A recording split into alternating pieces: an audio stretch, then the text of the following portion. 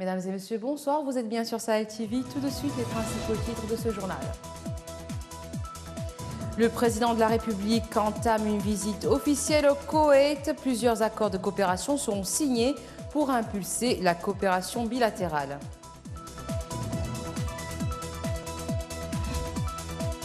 Accord de coopération aussi entre les patronats mauritaniens et saoudiens. C'était ce matin à l'ouverture du forum économique entre les deux pays.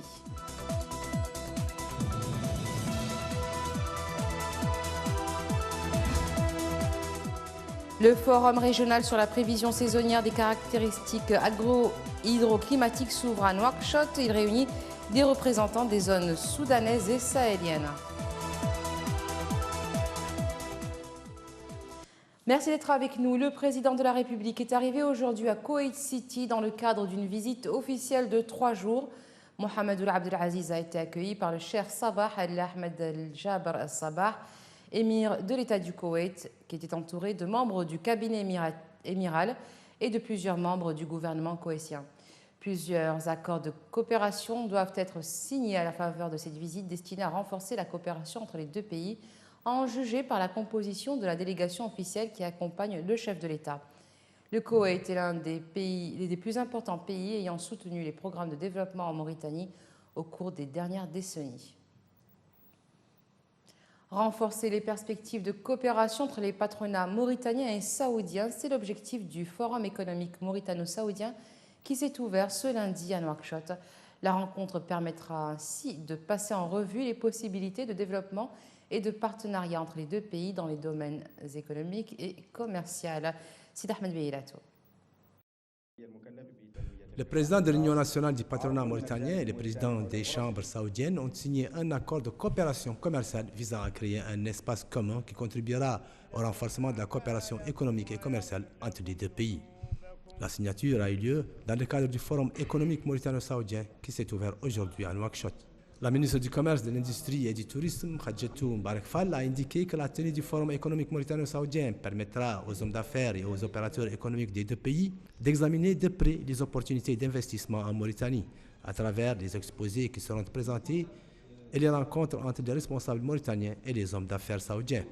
Le président de l'Union nationale du patronat mauritanien, Mohamed Zain Abidine ou le Cheikh Ahmed, a précisé pour sa part que la sécurité, la stabilité et l'énorme potentiel économique dont dispose la Mauritanie font d'elle une destination favorable aux investissements étrangers et aux grandes sociétés internationales qui opèrent dans le domaine de l'énergie, des mines, de l'agriculture et de la pêche, mais aussi de l'élevage. De son côté, le président des chambres saoudiennes, Dr Sami Ben Abdallah Al-Abidi, a indiqué que le forum renforcera les échanges économiques et commerciaux entre la Mauritanie et le Royaume Arabie Saoudite.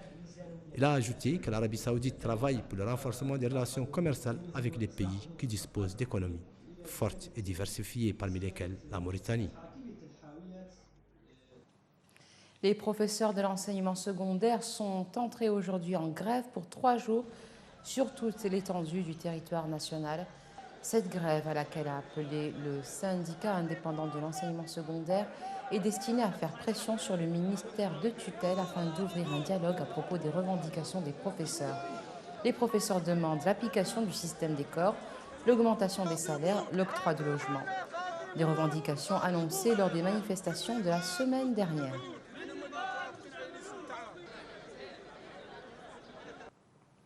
La Mauritanie accueille cette année une rencontre sur la prévision saisonnière dans les zones soudaniennes et sahéliennes. Ce forum est organisé par le Comité inter-État de lutte contre la sécheresse au Sahel, le CILS. Il comprend plusieurs thématiques, dont notamment la consolidation des prévisions climatiques. Reportage de Hamaoula Diagana. Cette rencontre régionale est organisée chaque année par le Comité inter-État de lutte contre la sécheresse au Sahel, CILS, à travers le Centre régional Agrimet. Objectif, échanger sur les prévisions saisonnières des caractéristiques agro-hydroclimatiques pour les zones soudaniennes et sahéliennes. Personne aujourd'hui n'ignore que les agriculteurs et les agropasteurs sont perturbés par ce changement pour la simple raison que les us et les mœurs, les coutumes de ces ruraux ont changé.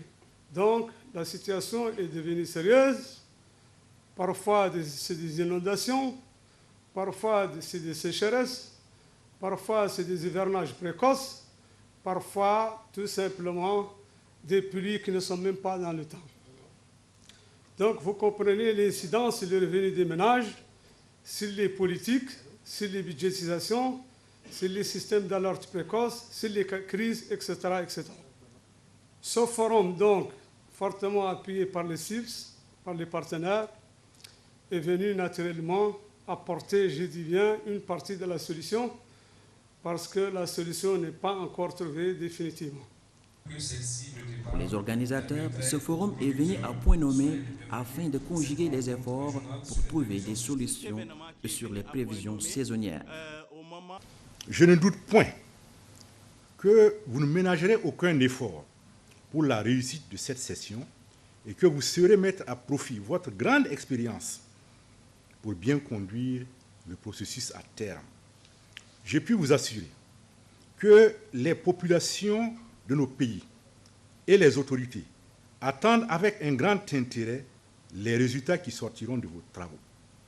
Co-organisateur de ce forum, le Centre africain pour les applications de la météorologie au développement ACMAD est venu apporter son expertise sur la réduction des risques et catastrophes dans la région. L'ACMAD, en partenariat toujours avec l'Agrimet, appuyé par la Banque africaine de développement à travers le projet Sawidra, va contribuer aussi à améliorer la qualité des informations en utilisant les données satellitaires, et ce qui pourra bien sûr donner des bonnes informations, mais aussi en temps réel, surtout dans le domaine de gestion des catastrophes, pour bien pallier à ces aléas en cas des extrêmes phénomènes météorologiques. Durant 5 jours, des experts venus de différents pays d'Afrique vont plancher sur la préparation et présentation des résultats des prévisions saisonnières de la campagne 2019. Et justement, à ce propos, nous recevons ce soir sur notre plateau M. Hamidou Koulibaly, directeur du département climatologie, développement et recherche à l'Office national de la météorologie. Monsieur Koulibaly, bonsoir. Bonsoir, madame. Et bienvenue sur ce plateau. Alors, vous allez nous expliquer quels sont les objectifs principaux de cet atelier. Merci beaucoup, madame. Vous savez qu'actuellement, les prévisions saisonnières sont devenues un outil d'aide à la prise de décision. Donc, l'objectif principal de cet atelier, c'est d'anticiper sur la nature de la saison de pluie à venir. Car vous savez, vous n'êtes pas sans savoir qu'au cours de ces dernières décennies, il y a eu ce qu'on appelle communément le changement climatique, c'est-à-dire une diminution drastique des cumuls pluviométriques, un décalage important dans l'installation de la saison de pluie et un raccourcissement de plus en plus accentué de la longueur de la saison de pluie. Donc actuellement, les saisons de pluie sont caractérisées par des débits irréguliers et des fins précoces, donc une diminution drastique de la longueur de la saison de pluie. Dans tout le Sahel? Dans la majeure partie de la bande sahélienne, oui. Donc, à la veille de chaque saison de pluie, les paysans se posent un certain nombre de questions, à savoir quand est-ce qu'il faut s'aimer, où est-ce qu'il faut s'aimer et qu'est-ce qu'il faut s'aimer. Donc, toutes ces questions-là trouvent leur réponse dans ce que nous faisons aujourd'hui, c'est-à-dire les prévisions saisonnières. Ils permettent, je disais tantôt qu'elles permettaient de caractériser et d'anticiper sur la nature de la saison. En termes de cumul pluviométrique, on aura une idée sur la tendance de la saison. Soit la saison va être humide ou déficitaire ou excédentaire. Ça, c'est dans. Et de deux, on aura aussi une idée sur la date probable de la début de saison. Car vous savez, actuellement, avec le changement climatique, les débuts de saison deviennent de plus en plus compliqués, avec des faux départs. Il peut pleuvoir, les paysans sèment, alors que la saison n'est pas installée. Donc ces semences-là sont perdues. On ne les a pas utilisées dans les marmites et non plus elles n'ont pas germé pour que les semis puissent réussir. Donc nous élaborons ce qu'on appelle un calendrier optimum de semis qui permettent aux paysans de cibler la bonne date de semis pour que le démarrage de leur saison puisse être bénéfique. Et évidemment, il y a des échanges avec les paysans eux-mêmes. Alors, est-ce que vous en êtes sur l'utilisation de ces prévisions. Comment vous procédez d'ailleurs? Effectivement, sur ce point, vous savez que le langage météorologique est compliqué. Nous, scientifiques même, experts en la matière, parfois on a du mal à se comprendre. Donc, ce point, c'est un point qui est plus important parce que non seulement nous élaborons les produits, et il faut qu'on le mette dans un langage clair et précis pour que les utilisateurs finaux puissent les comprendre. Comme vous le faites ce soir à l'antenne d'ailleurs. Merci beaucoup, madame. Donc, l'essentiel, l'important, ce n'est pas de donner l'information. Il faut donner l'information dans un format compréhensible et utilisable pour que l'utilisateur puisse faire sa planification, sa gestion et la mise en application de ses activités. Bon, parce qu'aujourd'hui, un agriculteur lambda qui est dans son champ a besoin quand même de savoir quelle est la date optimum de semis, a besoin de savoir la nature de la saison pour qu'il puisse choisir la variété qui correspond à la nature de la saison en termes de cumul pluviométrique. Et donc ça fait partie aussi donc, des objectifs de cet atelier? Ça fait partie des objectifs de cet atelier, non seulement d'élaborer les principaux caractéristiques agro-hydroclimatiques de la saison, mais aussi de les mettre dans un format, dans un langage clair et précis pour que les paysans puissent quand même en tirer profit. Alors, dernière question, quels sont les résultats des prévisions saisonnières de la campagne cette année et de celle de l'année dernière? Bon, vous savez, il est trop tôt de le dire parce que les travaux viennent de commencer aujourd'hui. Donc, les experts thématiques, c'est-à-dire les agrométéorologiques, les hydrologues et les climatos vont se pencher sur la question, sur les données pendant ces 3 jours.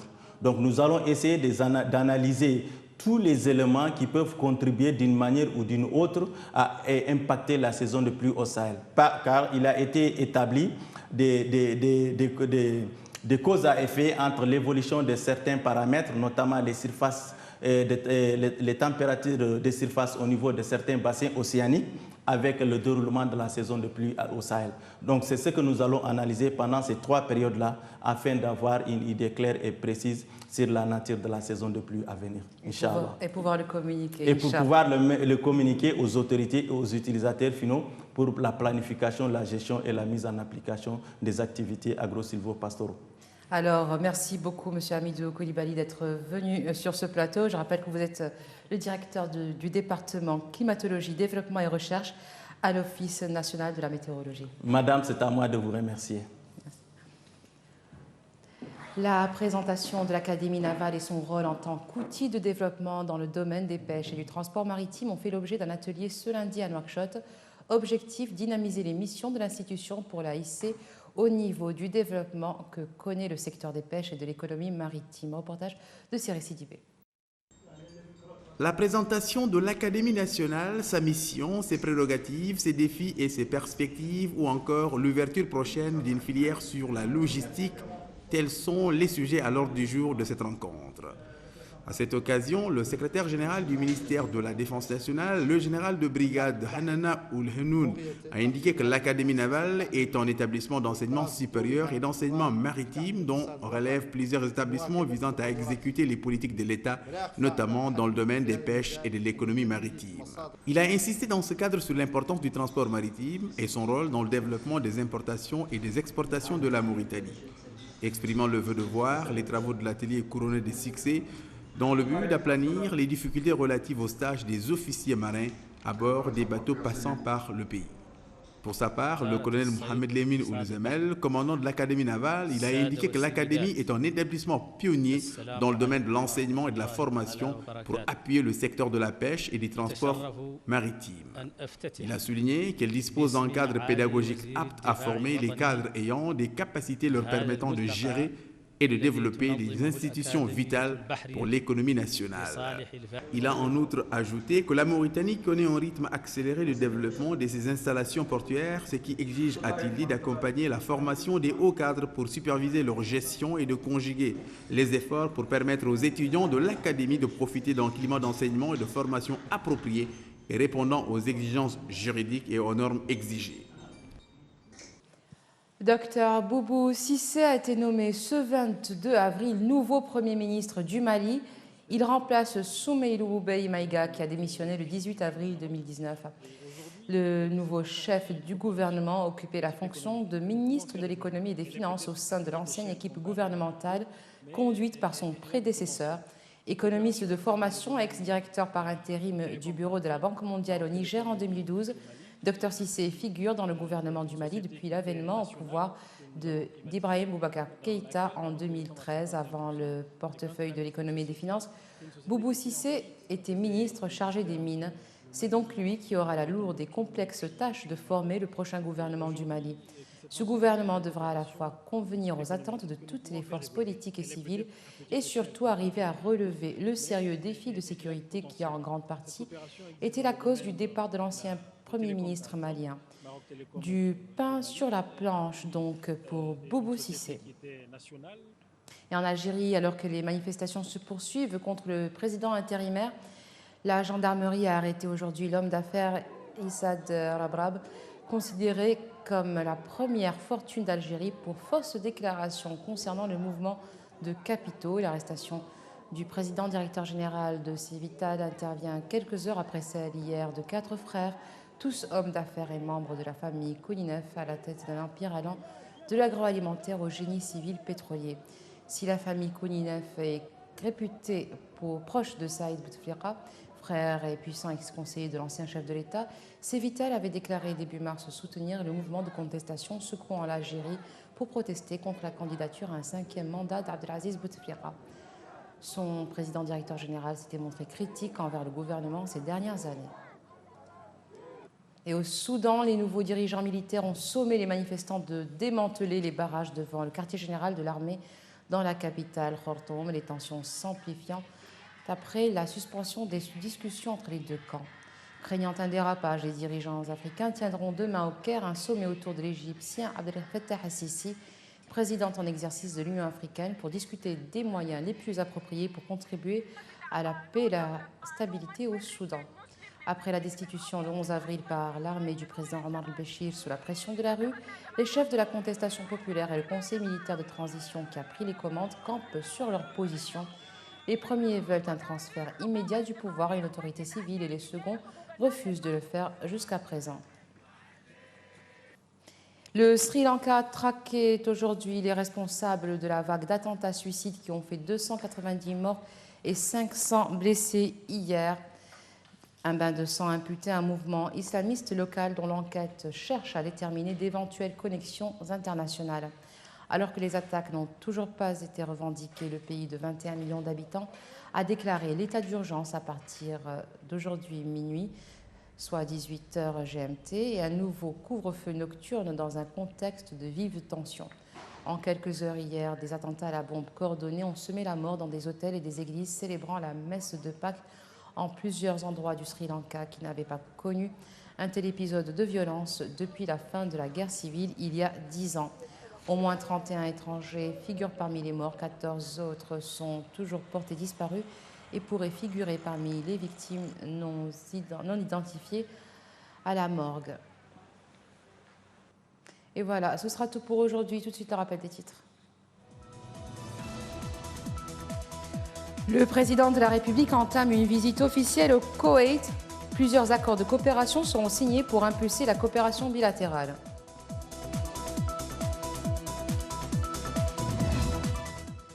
Accord de coopération aussi entre les patronats mauritaniens et saoudiens. C'était ce matin à l'ouverture du forum économique entre les deux pays.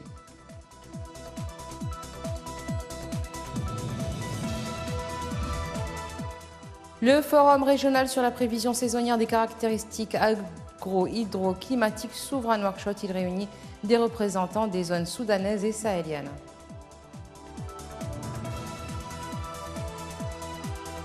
Merci d'être resté avec nous. Excellente fin de soirée sur Sahel TV.